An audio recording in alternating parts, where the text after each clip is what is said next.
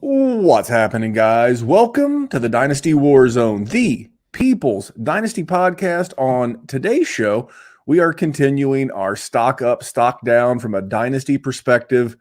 Right off the rip, I want to apologize for not being here on Thursday. This is uploading on Friday. This time it wasn't Jerry. We can tie it all back into Taylor Swift. Hi, it's me. I'm the problem. It's me. It was me this week. I had a scheduling conflict. I had to record on Thursday, and so the show was a day late. It's not Jerry's fault, but Jerry's not here. But, man, we've got a great guest, longtime friend of the show, used to produce content for us, a very busy fellow, if you're watching here on YouTube. His name is Tyler Orginski, and you can find him at FFTylerO. And if you're not, you're missing out, especially if you're in Set Your Lineup leagues. He is top 20 in one Fantasy Pros category. He is top 4 in drafting accuracy. Just an all-around, when you're submitting lineups, you want Tyler's advice on your side. Kind of welcome back to the Dynasty War Zone. It's been a little while. No DFS Dominator this year, the Daily Destroyer, but what's going on with you, Tyler? Yep, I think as the family's expanding, work's getting more busy, I'm taking a little bit more of a step back in the fantasy content, really focusing on the redraft stuff as well. Obviously, still in a bunch of Dynasty leagues, living and breathing Dynasty year-round, still play it, but the content that I'd be pushing out is really going to be focused around the redraft stuff. So over at JWB, doing weekly shows there, doing my rankings there, currently sitting at, I think, 6th overall through 2023. The rankings are on fire. Things are going well so far. So things are good, just a JWB, but always happy to get back here with you, Randy. Happy to be part of the Dynasty War Zone as always. Yeah, man, we miss you. We miss the Friday show, the Daily Destroyer, because you guys were destroying daily. You and your former co-host, Lou. Lou doing okay? Lou's doing good. He's over an Underdog now. I mean, that was part of the reason things might have folded a bit is he can't do DFS anymore because of his job. So he's working an Underdog, doing some like video content, doing some other stuff there. So I don't know if he doesn't really have content you can see. He's more of an editor, but he's doing great, man. Things are good. Still chatting. He's doing well. I'm in leagues with the guy. We're rolling. Yeah, Lou's good people. So just real quick, thank everybody for your patience and everything that's been going on. Remember, we're doing 2 shows. Our buddy Dallas. We're going to hear from Dallas later in the program. Dallas is back doing the rookie rundown in full force. We have the Dynasty War Games, and you get all that on our YouTube and podcast feed. So if you're listening to this on Player Profiler, I need you to go over to our website, YouTube page, and I need you to get subscribed everywhere. And it's that simple. No more promotion, no more getting around it. I do have to hear a word from my buddy, the Podfather, about the Dynasty Dominator. Now, I know many of you are looking for a secret weapon for your Dynasty League, and I have it. It's called the Dynasty Dominator app. You go to the App Store, go to Google Play. It's right there. It's $5 to download, and then every year it's $5 to load the next incoming class of rookies. You can add superflex, add tight end premium. It's incredible because it allows you to look up players. It allows you to vote on whether a player is a buy, hold, or sell, and then see the market sentiment on that player. And you can compare their lifetime value rating from Player Profiler to their Dynasty ADP at the FFPC, all in the price lookup tool. And beyond that, we have a trade analyzer, so you'll never lose another Dynasty trade again. And in our settings, you can set this is a win now team, this is a rebuilding team, and then we let you compare players. Look at their metrics side by side, prospect metrics, NFL metrics. It's all there. It's $5 in the App Store. There's some add-ons for Superflex and to buy the upcoming rookie class. Every year, you're going to spend $5 on this thing, and it's going to be well worth it. $5, man, and as crazy as it is, it's rookie season will be here before you know it, Tyler. We're already seeing these guys play on Saturdays in the NCAA, and we'll be on our Dynasty rosters this time next year. Speaking of DFS, not doing much DFS content, but I am back to doing gambling content. And that's on Friday nights live on the Player Profiler YouTube channel. The show is called The Juice. Survivor's doing well. Player picks are doing well. Coming off a rough week of pick'ems against the spread, but be sure to check that out Friday nights. It's live. I like to say 10 p.m.-ish. 10 p.m.-ish, depends on what's going on. But we've been live every Friday and nothing different tomorrow. Make sure you check it out on the Player Profiler YouTube channel. So, all right, man, let's get into it. Let's get into good people, bad tweets. Now, you've done good people, bad tweets with me before. And this particular tweeter in question has been here before. Okay. And this particular good person with a bad tweet is John Helmkamp. And he's at John Helmkamp. And this was about a week or so ago. This was before the Denver game. And I was going to do it, but we had the run-in last week from the counselor, so we had to mix this one in. And John said, I am never, and I mean never, going to forgive the Chicago Bears organization for destroying Justin Fields. This is a man that has been ruined and has resigned himself to simply focusing on trying to enjoy himself. I am heartbroken for him. Absolutely heartbroken. And I'm assuming John may be a Bears fan. I don't think this was a fantasy or a dynasty take. His last appearance here was when he had, Jamar Chase as the 7th wide receiver in his dynasty rookie class that year. But, that one lives in infamy. I think that one may have even – I even know about that one. In the chats that I'm in, that's talked about. Certainly. That tweet's the thing of legend and lore, but it's like I get Justin Fields has had a bad run of it so far, and I've predicted some of this. I said he would not be a Bear this time next year. Okay. Last 2 weeks, as we were recording Thursday night during the Thursday night game, and he and DJ Moore are off to a fast start. He looks like he's well on his way to back-to-back 200 and should be back-to-back 300-yard passing games. Now, it's against two of the more porous defenses in the NFL, but you have to start somewhere. I think John may have got the cart before the horse here, Tyler. Yeah, I mean, if you look at last year with Justin Fields, I mean, he was sub 20 points for the first 4 games of the season, and then he took off. And I think we're looking almost at the exact same thing this year. Almost sub 20 points the first 3 weeks of the season, but then he drops a 30-burger on the Denver Broncos last week. He's already got 20 points. It's not even the end of the first half. Justin Fields is looking good. He's getting going. They definitely had to I think the team itself, right? I think you got to separate like you said, Fields, the quarterback, the Bears. What do we think about that? But Fields, the fantasy asset, man. I think he's top 12, and I don't think that's going to change. Yeah, and if he winds up moving to a different team, and I still think that's the case. Okay. I don't know how the Bears, because what's the benefit of having a guy on a rookie contract? Is he's cheap. If you're the Bears, because you're going to wind up with the first or maybe the first and second overall pick. Okay. Not only is their team bad, but Carolina's atrocious. And don't tell me it can't happen. I'm a Colts fan, and I understand it's different. Peyton Manning was a different kind of broken, right?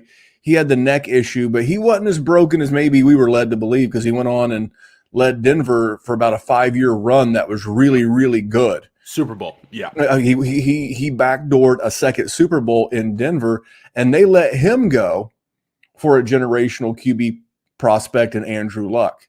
I don't know that Justin Fields is here next year, but I've already heard it rumored that trade Justin Fields to the Falcons at the trade deadline. Do you know that a Justin Fields to the Falcons trade would burn Twitter to the ground? You kidding me, Tyler? With a team with Kyle Pitts, oh my god, Drake London, oh my god, Bijan Robinson.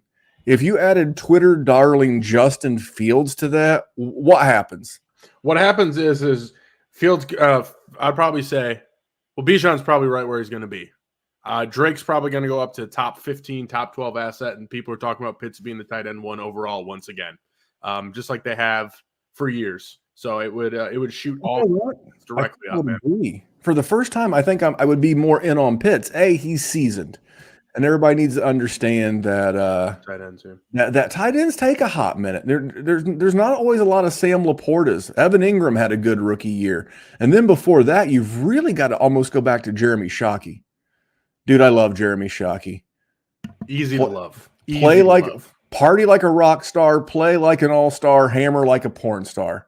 he was about that life, man. He was living every bit of that life. But John, buddy, it's okay, man. We're gonna give you a little Dana White, not a big, not a big Dana White. We're gonna give you a little Dana White, like this one right here. Federal prison. Federal fucking prison. If you're that fucking stupid and somebody else wants to do it. Yeah, you don't want to just throw out tweets that Justin Fields is ruined. I understand you're a Bears fan. Yeah, it's an emotional tweet. It's an emotional. It's an emotional tweet. We'll give him that. That was good people, bad tweets. Now our next segment, luckily for 2 weeks in a row, Tyler, we don't have to do it. We don't have to go inside the medical tent with Dr. Kyle. We didn't have a Nick Chubb or an Aaron Rodgers level injury, so we didn't have to pull Kyle inside the medical tent to give us an update on someone's health, but we do have an update on someone else's health, and that is that Kyle and his lovely wife welcomed in a new child to the world, their first. Many congratulations to Kyle and his wife. I'm not going to put the baby or his wife's name out there. Just know that Kyle's a new dad, a first time, and he posted pictures in our group chat, and it was like parent. And I said, "Congrats, Dad." And he was like, "That still hasn't sunk in." And it's like, yeah.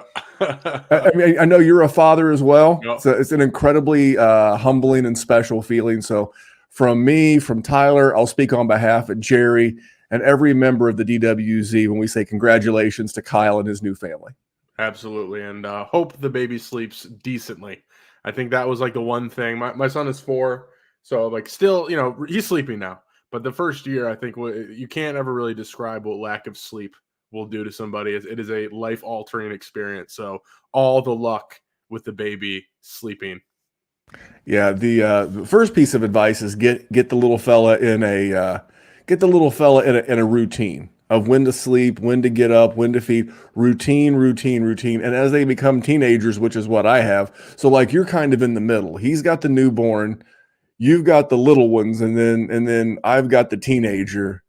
They sleep a lot more when they're teenagers. I don't know why they're so damn tired, but they are. Because you're working them in the gym, Randy. Yeah, you're working them in the gym. That's true. That's not false. All right, let's work some stock up, some stock down, man. Let's jump into this. First game last Thursday night, the Lions at the Packers. My dynasty stock up's Jameson Williams. And suspension got reduced by a game. He'll be back before you know it. I almost went stock up on Jared Goff. I'm going to talk about Jared Goff in the trade portion of the show, but I don't know that he's the kind of guy for me that if I'm in and I'll bounce this off of you because you are the set your lineup expert here. I mean, ranked number 6 in all of the ranking land for fantasy pros. And he's the kind of guy that if I'm the underdog in my matchup, he's the guy I want to plug in as my wide receiver 3 because he has the potential to win me a week. I think the press has been bad on him all off season. It got worse when the gambling suspension happened. This guy was a first overall pick, not like first wide receiver overall, if I remember correctly. Super talented. You're a Lions fan. What do you think about my stock up, stock down, and what's yours? So I think the stock is clearly up, right? Because I would say that the price and the stock of Jameson Williams was pretty far down this going into the second year, right? First year, didn't really play much, injury, had like one game where he scored like a long touchdown, but he was apparently healthy going like last year and they just didn't play him. A lot of reports in the this offseason about him just like not getting the playbook. There wasn't a lot of positive news from the camp coming out about Jameson Williams. Then he gets hit with a suspension, has the hamstring injury. And I think the price has been, as low as it's ever been, this off season here going into the season. But I will say this, I was not a giant fan of Jameson Williams as a prospect. I got to get that out there. He was kind of a fade for me. I didn't necessarily draft him a lot in rookie drafts where he was going. There's players that I definitely liked more than Jameson Williams. But with all that said, he's still a first-round pick. He still had a prolific, career at Alabama as an elite producer. And he has a spot in this Lions offense that is up for grabs, right? We know Amon-Ra St. Brown is going to get his. We know they're going to run the ball. Laporta's there, but there just isn't the field stretcher. They've tried it with Khalif Raymond. They've tried it with Josh Reynolds. Fine wide receivers, but not necessarily fantasy assets that you're excited to be rolling out there. So, there is meat on the bone here for Jameson Williams to have an opportunity here to really take things to that next level. Now, I'm not necessarily in a world where I believe Jameson Williams is going to be like a top 12, top 15, maybe even a top 20 dynasty asset here at wide receiver. But at the same time, there is a clear role for him. They need a field stretcher. They need a second wide receiver to pair along with Amon-Ra St. Brown. So the stock is up. He's definitely one of those guys where if somebody in your dynasty leagues is feeling down about him, at this point in time, they're probably not. But if he could be, there's a world where it could have been had for 2 seconds, right? And I think that was a price that I'd be jumping on. So I think the stock should be up. I think there's a wide range of outcomes when we talk about what's going to happen here with Jameson Williams. Does he blow up with a bunch of 2 touchdowns, 2 deep balls, something like that? Does he not even play 30% of the snaps? I think both those things are likely. I do think the stock is up basically because the floor was so low this offseason, again, with the poor year one, with the injury, with the suspension. So I think it's right to say stock is up. I'm excited to see what's going on. I don't necessarily think I would be starting him, but for example, if I'm playing against DJ Moore, right, in this week, I might be throwing Jameson Williams in there as just what the heck, because we know his ability to get a 70-yard touchdown is just as good as anybody's. Yep, absolutely. Well, you killed that one for us. Let's jump into the next game, jolly old England. And the Falcons went across the pond to play the Jaguars. For me, man, it's and I know nobody wants to hear this, but for me, it's stock down on Travis Etienne. He's had Tank Bigsby's not been an issue. Jermichael Hasty's not been an issue. And he's just kind of plodding along at RB 15 on the season. I mean, he's right there with James Conner, Jerome Ford. I mean, he technically on a points per game basis, he's scoring less points per game on average than Zach Moss. And I think this is part of that. He was a really pedigreed Devy guy. What are your thoughts on the stock of one Travis Etienne? Now, just to be clear here, Randy, are we talking about just this week or just going forward in general? Just kind of in general. This one, this is not like the real stock market. You go up, you go down. There's good weeks, but this one right here, it's becoming a trend. Let me pull my stats back up. No, I'm with you. He had 21 points in week 1 against the Colts. He had that breakaway touchdown at the end of the game, which those all count. But then he had 6.2. He did have a 17, and then he had a 10. Yep. People and from Player Profiler where we are to Fantasy Pros where you are and everywhere in between had this guy as a top 7-8 dynasty running back. True. And I just don't see it. I think the stock has to be down. So for me, I don't hate the call of stock down considering what the price was. If we're talking top 6, top 7, top 8 dynasty back, I'm okay with talking about Travis Etienne as a stock down guy. But I will say is you just look at the workload that he is getting. We're talking about a running back who's getting 85-90% of the snaps, 20 to 25 touches a game. I think really one of the biggest things when it comes down to Etienne is he's the concern was, is he going to be running routes? Is he going to be a primary pass catcher, or is there going to be somebody like Hasty or Bigsby coming in and stealing that from him? We want the pass catching aspect of being a running back is so important for fantasy football. And he's out there and he's running a lot of routes. In terms of every time the Jags drop back, right? He's running routes at 60-70% clip, which is very good for a running back. So I think there's a world where it's the stock is down on Etienne if you think the stock is down for the Jaguars, because the workload that Etienne is getting is elite in a lot of sense. He is the bell cow on this offense. He's the bell cow on the Jags. There's nobody there stealing anything from him. He is the guy getting high value touches. He's the guy that's getting the all the carries. So for me, it's really a question about how you feel about the Jags offense. Are you bullish on the Jags offense? Then I would argue that the stock down for Etienne would probably not be true. But if you're saying that maybe as a community, maybe as a Twitter sphere, the vacuum, that we were just kind of propping up the Jaguars offense a bit too high, right? If that's the call, then I would say, I would say the stock is down. I think Etienne's stock for me is directly tied to how we view the Jaguars offense, because the piece of the pie that he has on the offense is elite. So if you think the Jags offense is elite, then it's tough to say the stock is down. But if we're tempering expectations on this Jags offense, stock can be down, and I think that's a fair call. All right, well, we'll jump into the third game here, and that would be the Steelers at the Texans. And here's one that I got wrong. I mentioned earlier, I feel like my bold prediction of Justin Fields not being a Bear in 2024 is on pace to be accurate, but I was also very high on Kenny Pickett.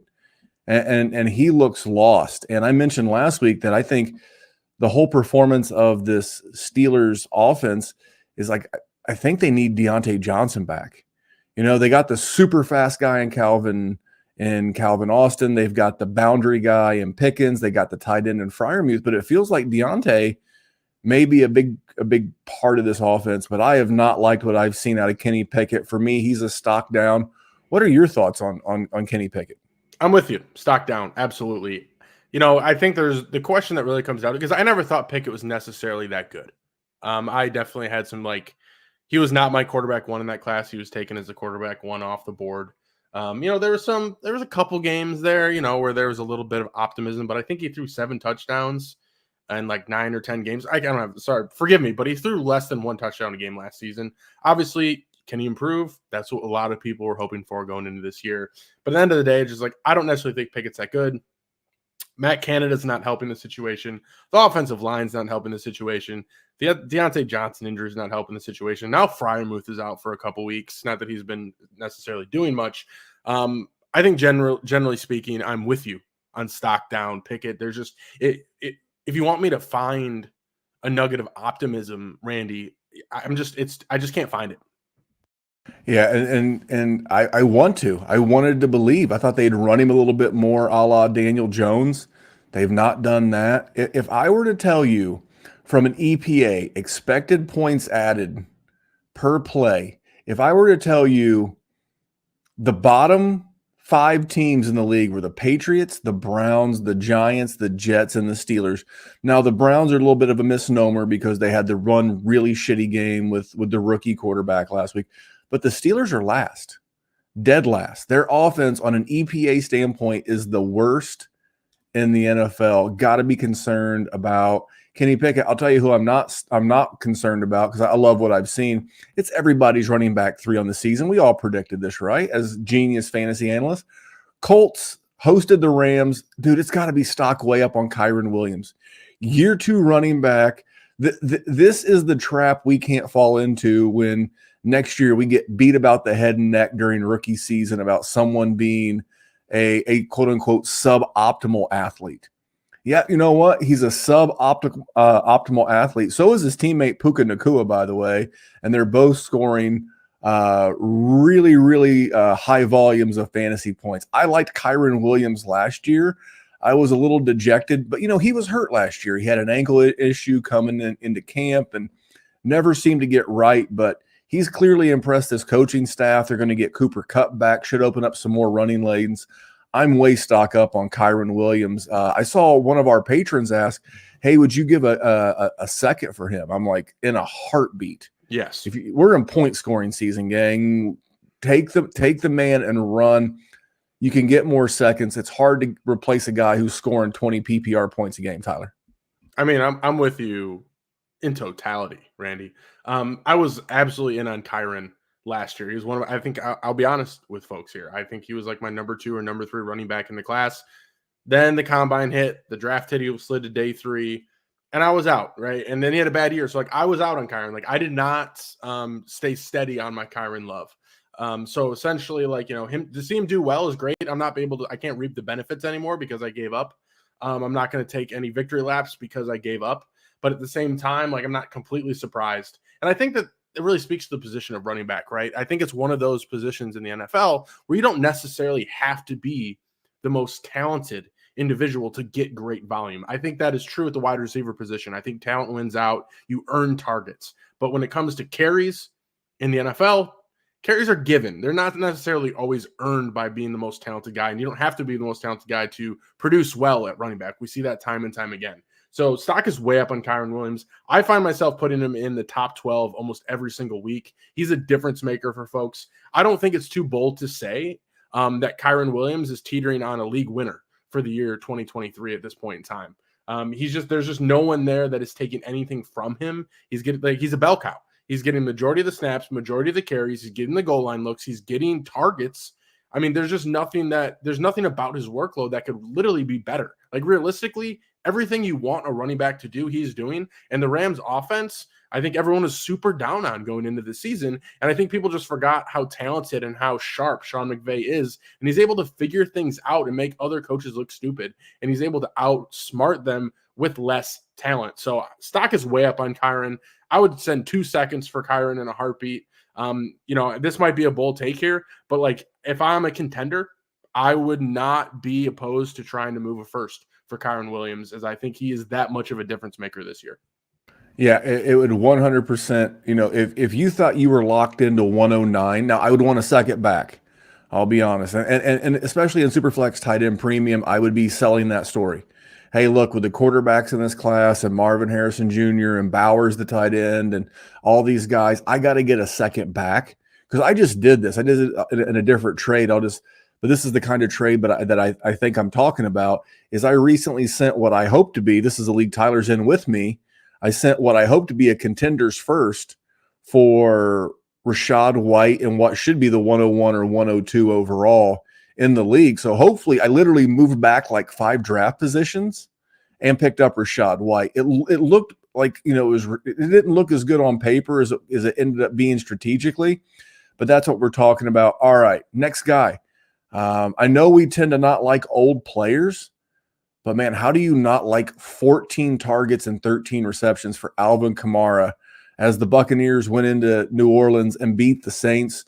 He had more targets and more receptions than he did rush attempts. He only had 11 rush attempts, 13 receptions. This is why I was very bullish on Kamara this offseason. I was actually shocked that the suspension was as short as it was, but it doesn't matter now. It's over. It's behind him. He's kicking ass, and his game is going to continue to age like a fine wine. To think that he may get 2 or 3 more years out of the way that he plays the game is just great. Guys like him, Christian McCaffrey, Eckler, although he's a little bit more of the injury issue, it's got to be somewhat stock up on Alvin Kamara. Yeah, easily. I mean, he could have been had for a second this offseason without question. Anyone would have sold Kamara for, not anyone, most people would have sold Kamara for a second. And if you had bought Kamara, you were acquiring Kamara, you're looking real smart. The stock is up.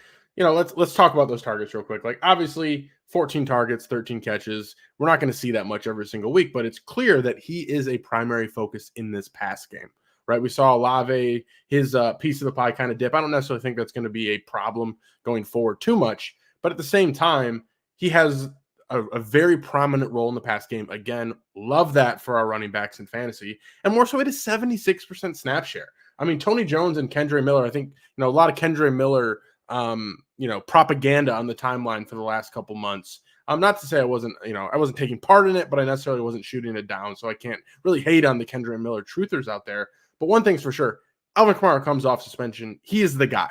There's nobody. He's not splitting anything. There's no committee here. This is Alvin Kamara's backfield, and he is a focal point in the passing game. Stock is way up. All right, I love it. So we're going to take a break from the stock up, stock down, and we're going to take a minute to talk about trades. And I'm going to let you.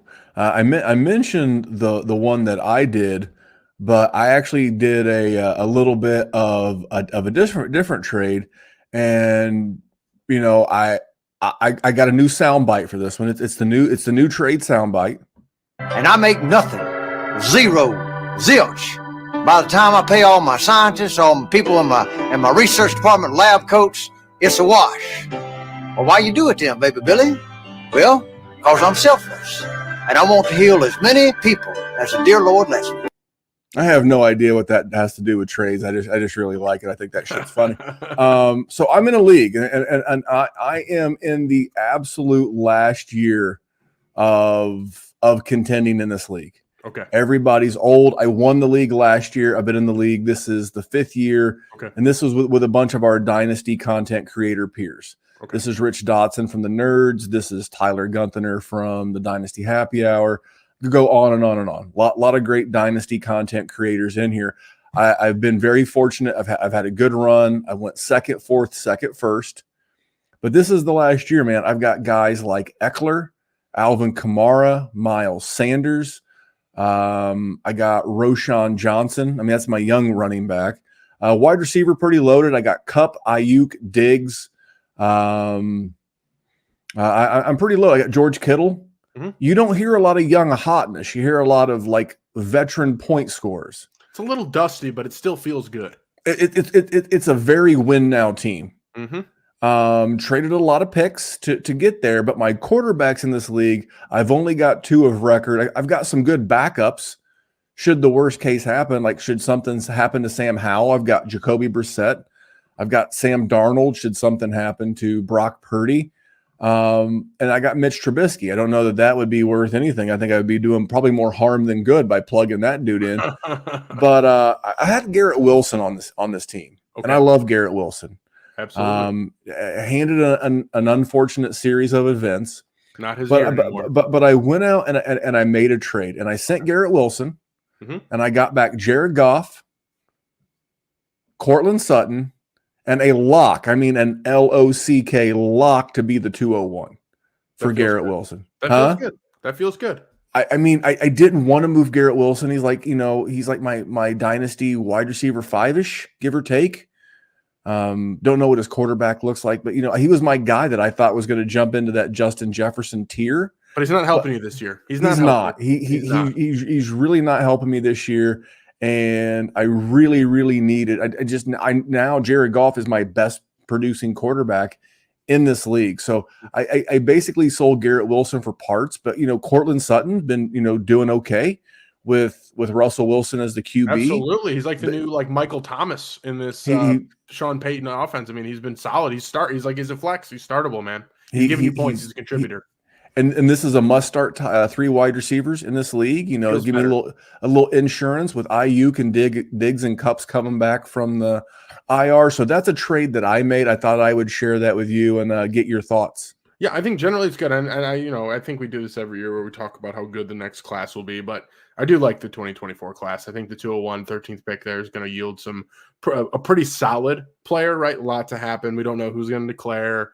What the draft capital is going to be, but the 201, 202, even if it is a 203, feels good. You got a good quarterback, probably for a little while here, and then a contributor in Sutton. I'm okay with getting off of with the circumstances here, Randy. I'm okay with getting off of Garrett Wilson in this case. Yeah, because next year I'll start, and during the draft I'll start finding the next wave of contenders and start parsing out these veterans, and I'll build around, hopefully, Goff. He's only 28, will be 29 next year. I can probably get 3 or 4 good years out of him. And I got Roshan Johnson, and I've got Ayuk. And so I've got some young pieces, some young-ish pieces. Will Levis, I know a lot of people don't love him. We don't know what he is yet. So, but yeah, I'm going all in, and that was my all-in trade. So I wanted to get the opinion of someone that I valued very much. And so that's our trade segment. We'll get back to some stock up, stock downs. Let's go Dolphins at Bills, and why we got a guest here, someone that we think very highly of. Stock up on Devon Achane. It's hard to be anybody but Devon Achane. It was asking our patron group chat the other day about, hey, what's his value? And I'll just tell you what mine is, and then I'll let you have the floor on Devon Achane. I was like, in a super flex, I'm like, you're looking at a first plus, maybe 2 firsts to get Devon Achane right now. And I was like, you're definitely looking at 2 first plus in a 1 QB league, because the 24 class is really loaded. We've already talked about it. We talk about it quite a bit with all the quarterbacks for super flex leagues. But in a 1 QB league, this is the thing that you're looking for. A big scoring running back in a 1 QB league is a big difference maker. So I think in a 1 QB league, it's going to cost you at least 2 firsts. And in a super flex league, it's a lock to be 1 first and probably more. Now, one of our smart ass patrons, Brett, instantly sent me Devon Achane for 2 firsts. I said, that's what it would cost you. I didn't say that's what I would pay, but what are your thoughts on Achane, and what's his value in Dynasty right now? Yeah. So I think stock is up. I think, let's start there. Stock is certainly up. If you were one of the people, I was absolutely against grabbing Achane as at the 112, 111, where I saw him go, that's looking like an L, clearly, because I'm with you. I think he is worth a first plus at this point in time. I think there's a world where I would, if I had A-Chain, I would move him for a first plus. And I think there's a couple things here. Miami offense is obviously cooking, right? They're looking great. They're looking elite. This looks like an offense that you want a piece of as a fantasy manager, no doubt. I will say that, the volume is a bit of a, there's a level to this where, if we're going to value him as this top 10 fantasy, running back, I'm going to need to see a little bit more volume because, I'd love to see the TDs out the gate. It is great. He's explosive. He's on a great offense. But at the end of the day, you can't expect him to put multiple touchdowns up every single week. At least I can't. I'm not going to bank on a chain scoring multiple touchdowns every single week. Other than that, it's the carries, he's more of an 8 to 12 carry guy, 4 to 5 targets, which again is great. You want that. It's worth the first. It's top probably 18 running back. I recently did kind of a refresh of my dynasty ranks. I moved A-Chain up to running back 15, kind of went to go check out other sources. Obviously, I'm behind the market on that, right? I think when I put him at 15, to me, that says, yes, he's worth a first, without a doubt.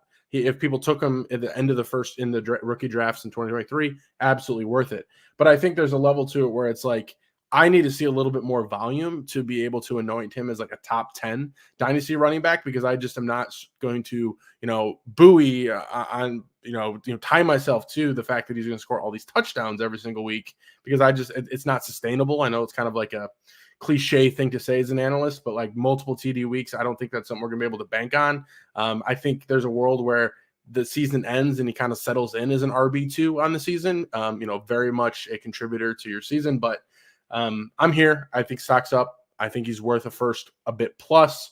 Wouldn't do 2 firsts. Little concerned about the volume. I think also Mostert had 2 fumbles last game. That did not help his case at all. Maybe Jeff Wilson gets a little bit of run coming off the IR.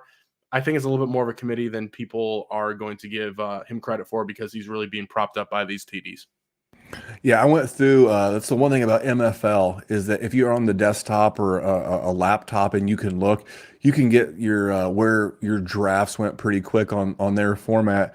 And I went through my 6 MFL leagues, and he went anywhere from 9th overall to 16th overall. So you throw out the 9, you throw out the 16. The other leagues, it was 13, 13, 15, 14. So he was going right. He was going right around 201, 202. And these are all superflex tight end premiums, by the way. Mm-hmm. So that was the range that he was going in, and you hit a home run. Like I said, that's what I would want. I didn't tell you that's what I would pay, Brett. So don't be trying and getting cute again and sending that to me.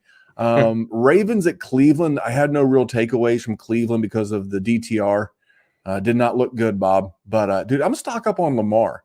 And I have never been the pom-pom waiver for Lamar, but, he's looked really, really good. I don't think you're ever going to see the Lamar that, at least from a fantasy standpoint, that won the MVP ever again. But, man, we're seeing a guy that week in, week out feels like a top 5 guy. And may have got a little crazy with the cheese whiz personally, moving a guy like Trevor Lawrence ahead of him. Like Trevor Lawrence, but Lamar's been killing it. What are your thoughts on Lamar right now for a tight end? We'll say tight end premium super flex league, because that's what most of ours are. Yeah, I mean, I was bullish on Lamar going into the season. I think we had the Mahomes, Allen, Hurts tier, and for me, the 4th was a clear Lamar Jackson. I think he's still there. So for me personally, stock staying the same, but I think when we speak on the greater market, kind of like the dynasty market as a whole, stock is up, because we were reminded last week he indeed can run the football well, and he will score touchdowns on the ground in addition to throwing them. So he's still QB4 for me. He was QB4 going into the season. So, but generally speaking, when you say stock is up on Lamar, you're right. Yeah, and like I said, I'm a Lamar. I'm at Lamar, I'm Switzerland as it relates to Lamar. I've always been neutral. That's I've always fair. I like that. I've always been I see the promise, I see the potential. You can't deny 2019, but I've also saw the injury year, and he's currently the QB3 on the season. I think that trend will continue. He should be a top 5 dynasty asset, and I should move him up and I have moved him up from when I had him at 8, 9. he's clearly back in that top 5-6 for me. So, but I'll tell you who's not. He plays quarterback, and it was the Vikings at the Panthers. It's Bryce Young. It's like you know that dog, GIF or GIF or whatever of the dog sitting in the house, it's on fire. Yep. And that's got to be Dynasty GMs and the Carolina Panthers and the Panthers owner David Tepper sitting around going, "This is fine. It's totally fine, totally fine." Part of that's the success CJ Stroud's having, but part of it is that I get the weapons thing, and every quarterback gets a weapons pass when they're bad, but I don't know. Do you want to talk about how good Andy Dalton looked, though? That's what I was getting ready to say. I was like, but I can't unsee Andy Dalton throwing it 58 times against Seattle, and really had him in that game until about the end of the third quarter. So I've got real concerns on Bryce Young from a dynasty standpoint, Tyler. Yeah, I mean he looks like a rookie, right? I think there's when you talk about sitting in the dog gif of everything is fine, I think those are also dynasty managers who took him ahead of Anthony Richardson and CJ Stroud, right? Where it does, like, he's just not really startable. In 2 QB leagues, I'm sure that you might have to start him in the super flex spot, but at this point in time, like, I moved him down 4 or 5 spots in my dynasty ranks on the refresh. He's kind of like was ahead of that tier, but now he's like at the bottom of that tier. Like Stroud's ahead of him now. Like even guys like, he's like Tyler Watson, Dak tier, where it's like, these are solid guys, but we know they're going to be good. I got some concerns. I do think he's a good quarterback, and I do think he can figure it out, but at the same time, looking like, first overall pick, looking like easily the third best quarterback in this class. Without question, stock is down. There are some concerns. I think long-term, I'm not too worried about it, but talking about fantasy, if you were expecting to get some production to help you in your season in 2023 from Bryce Young, I don't think it's happening. Yeah, and it's going to get worse, because if the Bears end up getting the number 1 overall pick because it's Carolina's pick, it's going to look really, really bad. And speaking of the Bears, we're recording this on Thursday night. They're playing the football team. The football team played the Eagles last week. You see how I transitioned there? For me, it's stock down on Jahan Dotson. I know a lot of rankers and seasonal content creators were really high on him this year. We had guests on that were high on him this year. As we're sitting here right now, it is 1 catch for 9 yards, and the game script completely favors the pass, as the Commandos are down 24 points, and Jahan Dotson has 1 reception. So for me, there's concerns. There's volume concerns. There's offense concerns. I know people liked him, but you can't be super bullish on Jahan Dotson right now. Yeah, I'm with you entirely. I'm going to use that from now on here, the Switzerland thing, because that's how I felt like I was on Jahan Dotson.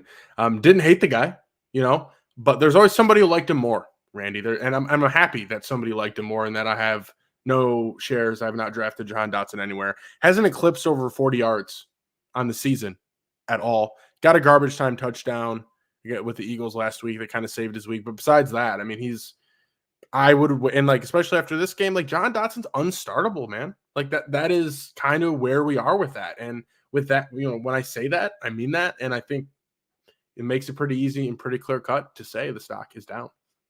It's wild. All right, this next one, I promise, and Tyler's my witness, I wrote this show sheet before this Thursday night game started, but I said Broncos at the Bears, stock up on DJ Moore.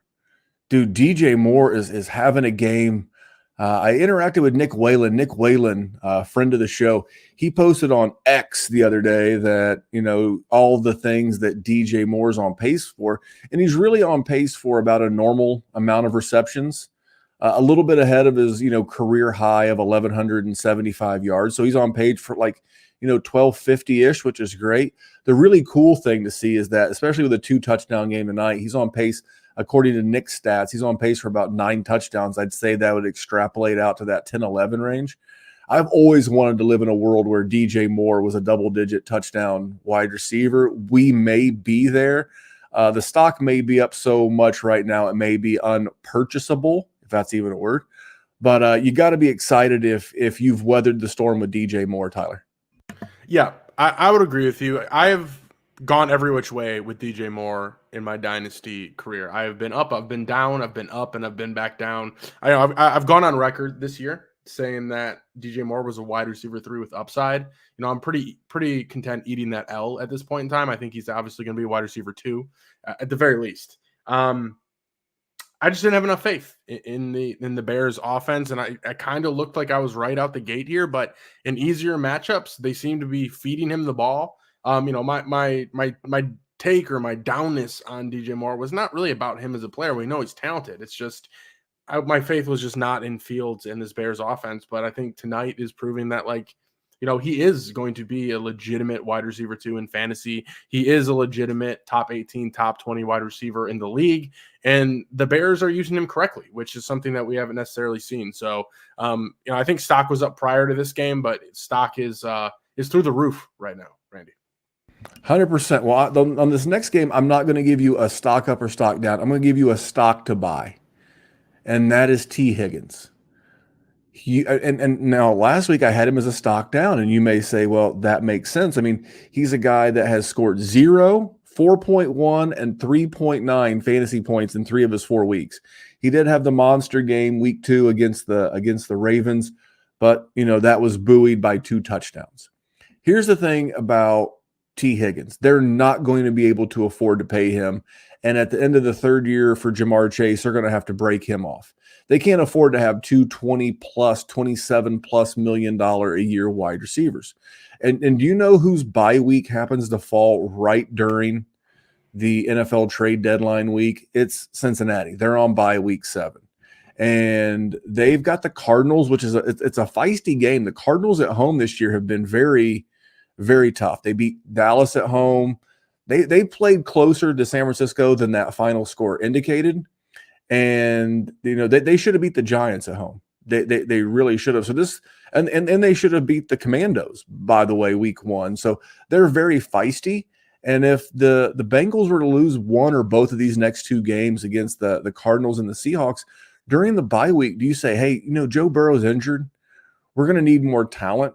Do we trade T. Higgins, who we can't afford to keep anyway? Do we trade him? And I think the minute T. Higgins winds up on a team where he's the unopposed alpha in the way that A.J. Brown is, and I guess A.J. Brown's a bad example because he's got Devonta Smith, but in the way that Justin Jefferson is, in the way that Stephon Diggs is, if he winds up in a true alpha role, his stock's going to go way up. So I'm going to give you a stock buy, especially if he has another poor outing with the broken rib. I really have nothing to add there. I think you summed it up very well. I think he is that kind of wide receiver. He is that talented, but when you're living in the shadow of Jamar Chase, it's just tough sledding. I could not agree more because you agreed with me. I like it when you agree with me. So what we're going to do here is Tyler and I are going to take a step back. We're going to give the controls over to our boy Dallas. That's Dallas Hyder. He is back on the Dynasty Warzone YouTube and the Dynasty Warzone podcast channels. Dallas is back doing full episodes of the Rookie Rundown. This is the most important show. It's not really from a Devy standpoint. It's not a Devy podcast. He's just talking rookies and names you need to start getting familiar with so that when we start doing rookie content here on the Dynasty Warzone this, I guess, winter, February, that you'll be more familiar and ready to go. So let's give Dallas the floor for a few minutes and hear about a running back prospect this week. Hello and welcome to this week's episode of the DWZ. That's right, the Dynasty Warzone's very own prospect premonition. It is great to be on here with you all, folks. As always, I am your host, Dallas. You can find me on all the social medias at Salad Galore. That is Dallas spelled backwards with the double L Galore. We are now entering into week 6 of the NCAA football season. And leading up to this 2024 draft class, I continue to see prospects in my crystal ball that are popping off in the future for your dynasty teams. We've gone through running backs, we've gone through tight ends, we've gone through wide receivers, and we've gone through one quarterback up into week 6.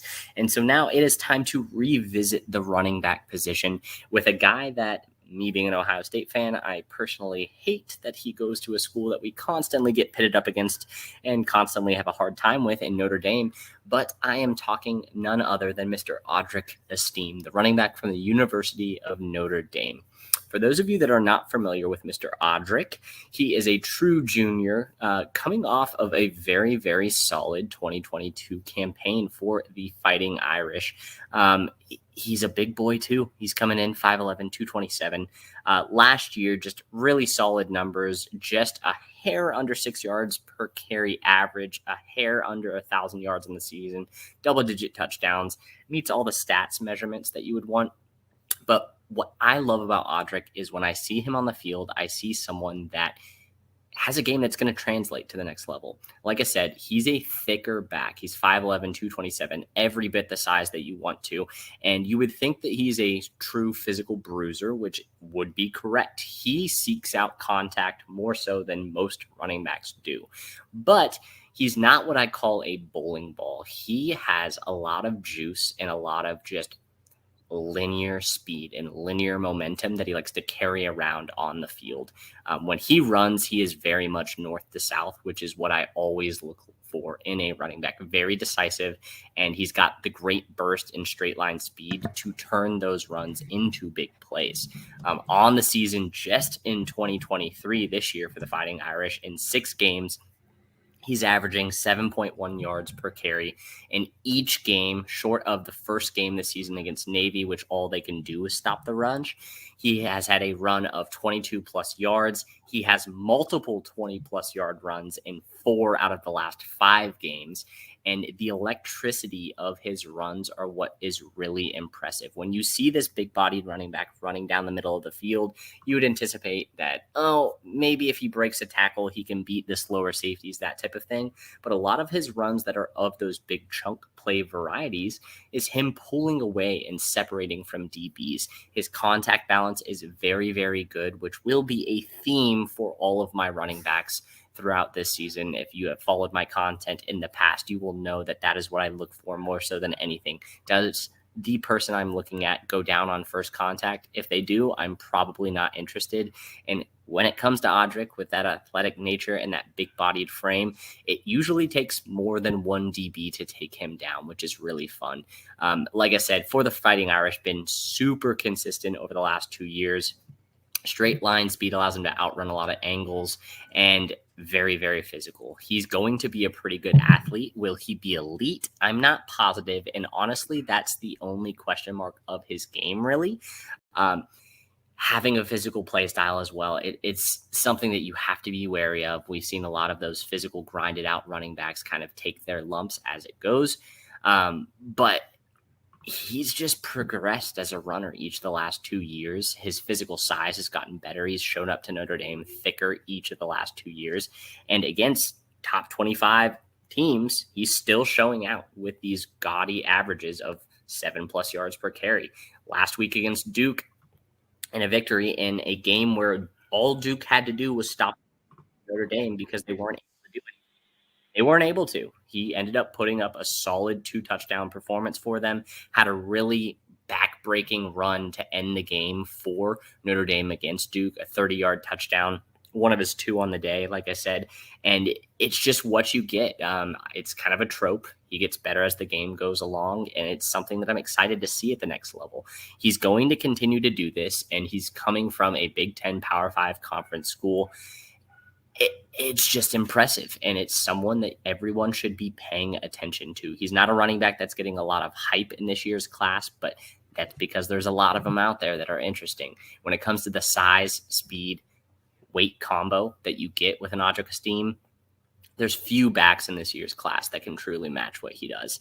So that is the name for this week's Prospect Premonition. If you have not been familiar with Notre Dame football over the last 2 years, or you're just curious to see a little bit more about our guy Odrick, make sure to check him out on all the highlights, as well as the rest of my content.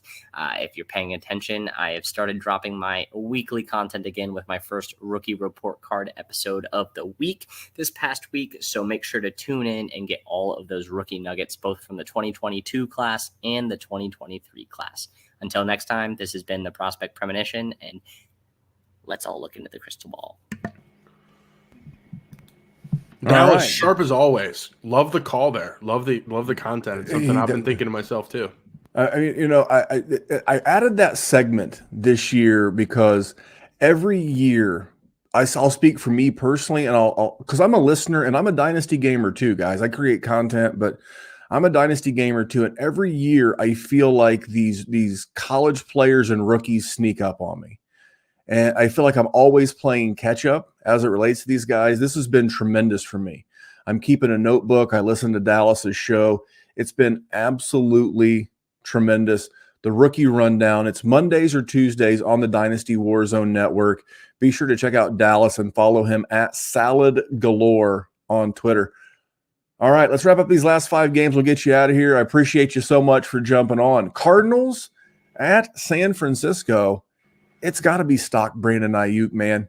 I mean, is he going to wind up being the guy who makes the biggest tier jump this year from like wide receiver 15, 16, 17 in a dynasty startup last year to a guy who's in that top 8? I mean, given the fact that he's only in year 4, he should easily be leapfrogging guys that were ahead of him, guys like T. Higgins, guys like Drake London. It really looks like he's cemented himself as the alpha, not only receiver, but pass catcher in that offense, unless your name's Christian McCaffrey. I love what I've seen out of Brandon Ayuk. Another call that I got right. I feel very, very proud of. I love Brandon Ayuk, and I love his 2023 so far, Tyler. Yeah, stock's up. I will eat my L's here. I think DJ Moore and Ayuk were 2 guys that I was down on going into the season a bit. DJ Moore, as noted, because of the Bears offense. And then also Ayuk, again, not because I didn't like the player, but I just was like, the 49ers, A, are going to run the ball so much, and B, they're going to spread that ball around between Kittle, between CMC, between Debo, that there's just going to be a lot of down weeks for Ayuk, and I'm not necessarily sure I want to be on board.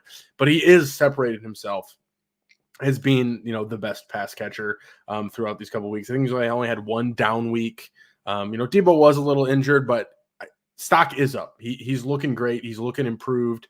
It's a far cry. I think 2 seasons ago now, Randy, when he wasn't even playing, he was in the doghouse. Like he was in the Shanahan doghouse that he wasn't even being played. Like Juwan Jennings was being played ahead of him or something like that. So stock was way down before. I'm with you. Stock is up. Ayuk's looking great.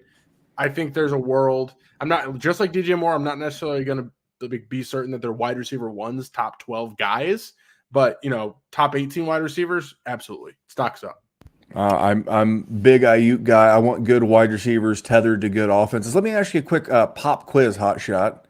So wide receivers from that class, they're all going to be free agents. You're an NFL GM. You can sign one. Michael Pittman Jr., Brandon Ayuk, or T. Higgins. You can only have one. You got to sign them to like a very DJ Moore, Terry McLaurin, 3 years, $72 million deal. Which one of those 3 do you want to attach to your young QB? I mean, it's between Ayuk and Higgins for me. I think that's a pretty easy kind of cutting Pittman here is the easy one.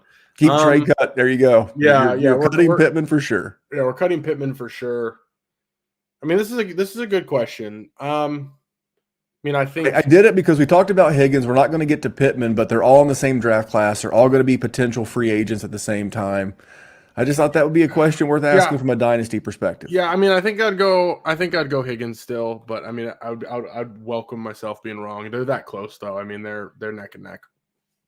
All right. Speaking of wrong, let's go ahead and keep up a trend today. Patriots at the Cowboys. Stock down Mac Jones.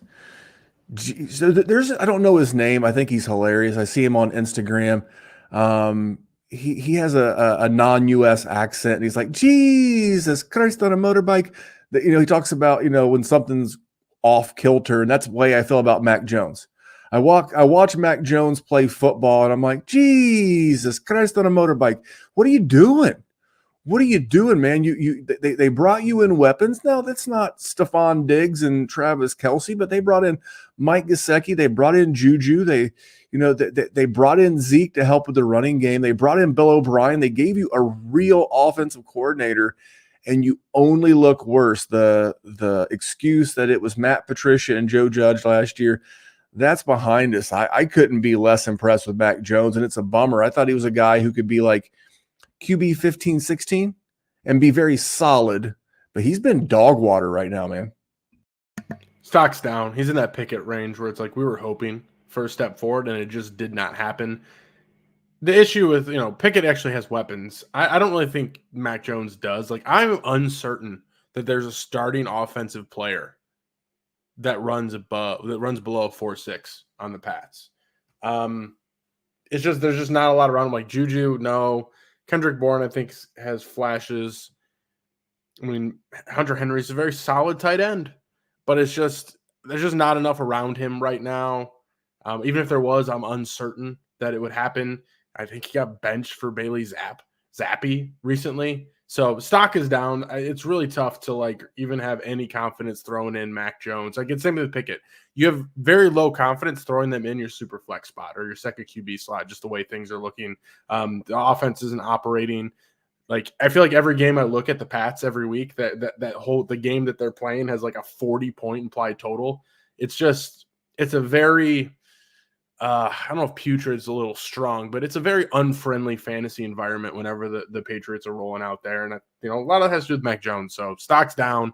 It's tough to find optimism and excitement. Yeah, if you're Mac Jones, you got to wonder what if John Lynch hadn't talked Kyle Shanahan into drafting Trey Lance and drafted you.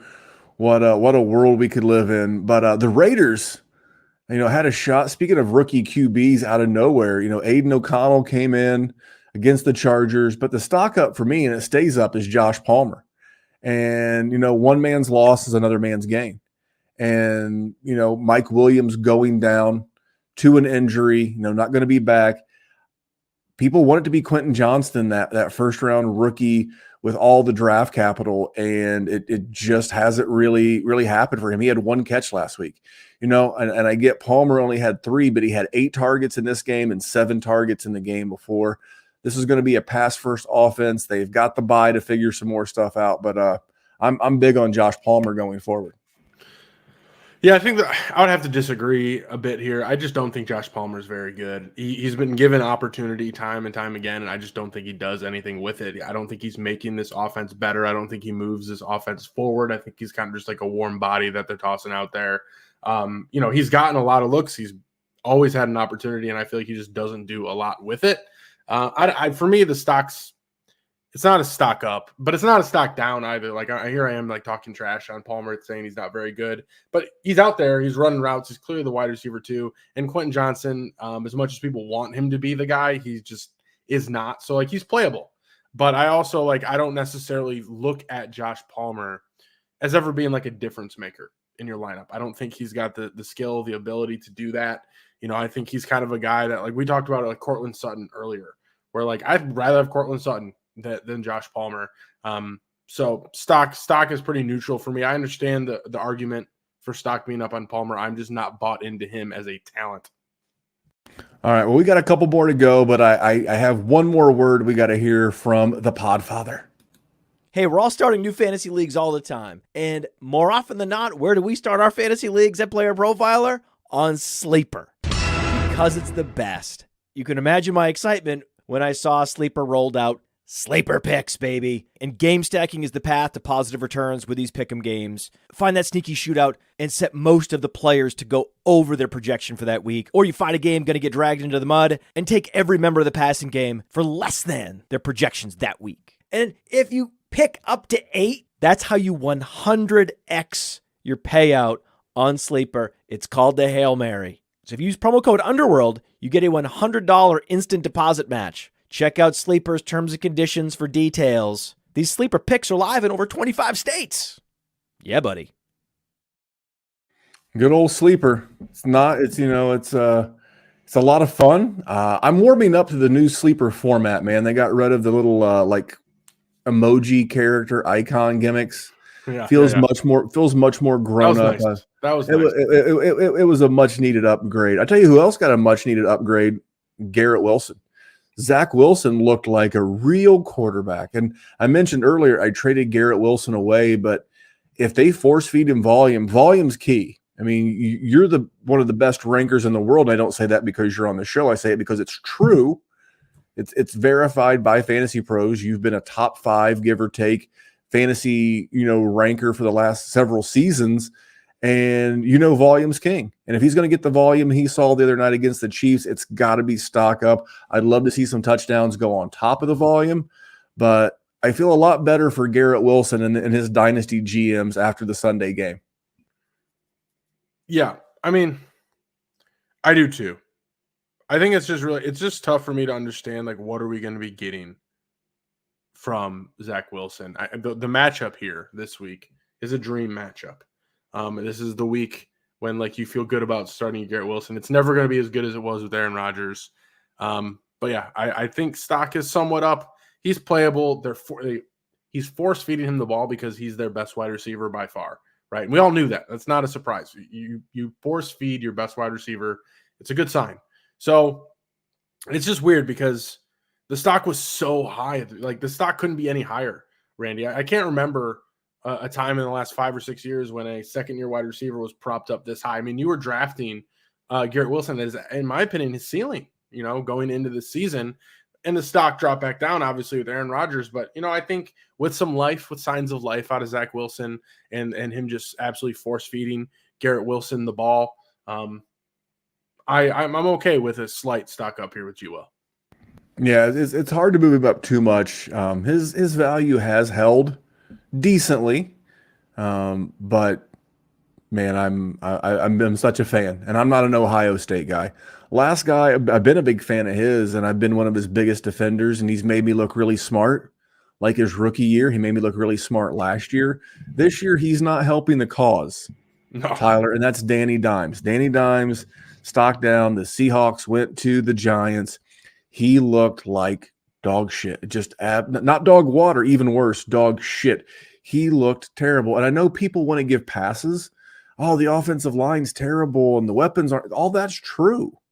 But at some point, you are responsible for making the offense go. I can't beat the shit out of guys like Justin Fields and Zach Wilson and these guys that are bad and then not be accountable for, being in favor of a guy like Dimes. So his dynasty stock's down. I'm looking for him to have a good couple of weeks, and I'm looking to unload in superflex, Tyler. I'm with you. I've famously always been down on Danny Dimes. In one of the leagues I'm in, we make jokes about, like, people who draft Daniel Dimes, like who is he a placeholder for, right? Because he's that bad, and obviously that bit us in the ass last year because he had a great year. But what I thought Daniel Dimes is what I've been seeing this year, right? The floor is just so bad. I think there's something going on with, I think you might have saw it with the head coach, like, almost threw the tablet at him in frustration. Stock's down, man. It's tough sledding. We know the ceiling is great, but the floor is equally as low. So as high as Daniel Dimes was going and where he's been is kind of almost like a fringe quarterback one in Dynasty. Stock's down, no doubt. We know the floor is lower than almost anyone else in that range. Well, we made it, man. We made it through all 16 games. We got a word from Dallas. We're gonna wrap it up, but man, I've been very appreciative to have you come on, and you're one of the best in the industry as it relates to rankings. You are a great follow. Again, all of the Dynasty Warzone peoples know you that listen to this simulcast, but for the player profiler audience that might be new to you, please go over where you finished in rankings, because it's always like when you're listening to someone new, it's like, what does this guy bring to the table? And what Tyler brings to the table, on top of being a really fun, entertaining fellow, is he happens to be a damn good fantasy ranker each and every week for Fantasy Pros, verified by Fantasy Pros through his content at the JWB. And the floor is yours, my friend. Yeah, thank you. I mean, I'm a slave to the spreadsheets in a way. Like, obviously, I watch football, but the projections, weekly projections, has really been my edge and my bread and butter. I think for the last 5 years, I've been doing the projection game, the weekly projection, the season-long projection. Really fine tuning my craft. Last year for like draft ranking. So basically, like, before the season starts, I rank every position to figure out, like, hey, what do I think they're going to finish? I finished 4th overall out of like 200. In terms of weekly rankings, I finished 20th overall at about 200. And then this year through 4 weeks, I'm sitting at 6th overall at about 200. So what does that mean? Essentially means that, I do my projections. I try to predict, what's going to happen on a weekly and a yearly basis. And I'm pretty good at it. I think that's the biggest thing is start, sit stuff. That's going to be my bread and butter. I feel good about my ability to kind of, guess and predict what's going to happen on a week-to-week basis. What does that mean? Like I'm right, like 65% of the time, right? I'm not always going to get wins, but I think what I can say pretty comfortably is like, when we look at start sits on a week-to-week basis, like I'm going to be right more than most people. And I feel pretty good about that. So if you're looking for start sit advice, you're stuck between two players, feel free to reach out to me at FF Tyler. Always happy to chat. Check out JWB. We got a Discord. If you got questions, feel free to drop them in there. I'm usually pretty active in there as well. So, always happy to talk Dynasty. I've been playing Dynasty for 5 years. Randy and I have been playing for years together as well. Always happy to chat Dynasty stuff. Like, don't get me wrong. But in terms of the content that I produce, and I think, my niche, my wheelhouse, that's really going to be more of the week-to-week kind of stuff. Well, two things. I'll get everybody out of here. Please subscribe everywhere. Dynasty Warzone, Player Profiler, 2 YouTube channels, 2 podcast channels. I forgot to mention that we're in what I call it the $3 signs league. You call it the money league. I believe I know I won it the inaugural year, and I got second that year. You beat me, and I split it with you. And then didn't you guys come back and win it this year? Yeah, we won it last year. Yeah. So you went second first. I went first, not first. Did not have a great year last year. I'm doing well this year. Made a couple of trades in that league to move the needle forward. But we might be seeing each other again because I'm in first, I think, overall right now. So hopefully it comes back down to it. I'm ready to rumble. I just made a trade for a third QB, and I'm making moves out here, baby. That was the league where I made that Rashad White trade. I didn't play it at the beginning of the show, but it's an intro. But you know what? When I have a guest, I'm a little out of practice. Haven't had a guest in a while. We got to play the Crip Mac intro. So this is the guest intro by way of Crip Mac. Featuring, coming this week. Y'all tap in with it, It's something real nifty. It's something real spotty. On Hood, we got a great interview, Well, we had a great interview. We had a great interview with Tyler. Please follow him everywhere at FF Tyler O. Follow him and his gang at the JWB. Man, we'll get you back on. Thanks so much for being on. Subscribe everywhere. And on behalf of Tyler, remember, here at the Dynasty Warzone, we're just, I guess I'll just screw up my own tagline. We're just here to make the world a better place for fantasy football. I'll see you back here tomorrow night, Friday night, for the juice. See you guys. Have a great week. Hey, I want to take a moment to thank you for tuning in. It's important to me that all of our media be free. This is only possible because of you allowing a true independent sports media enterprise to thrive unlike any other in the business. So please subscribe to the All-In Package to continue to make all of this possible, to ensure that all of our stats, information, data, content is available to you, especially you, the people that get the site and get the show.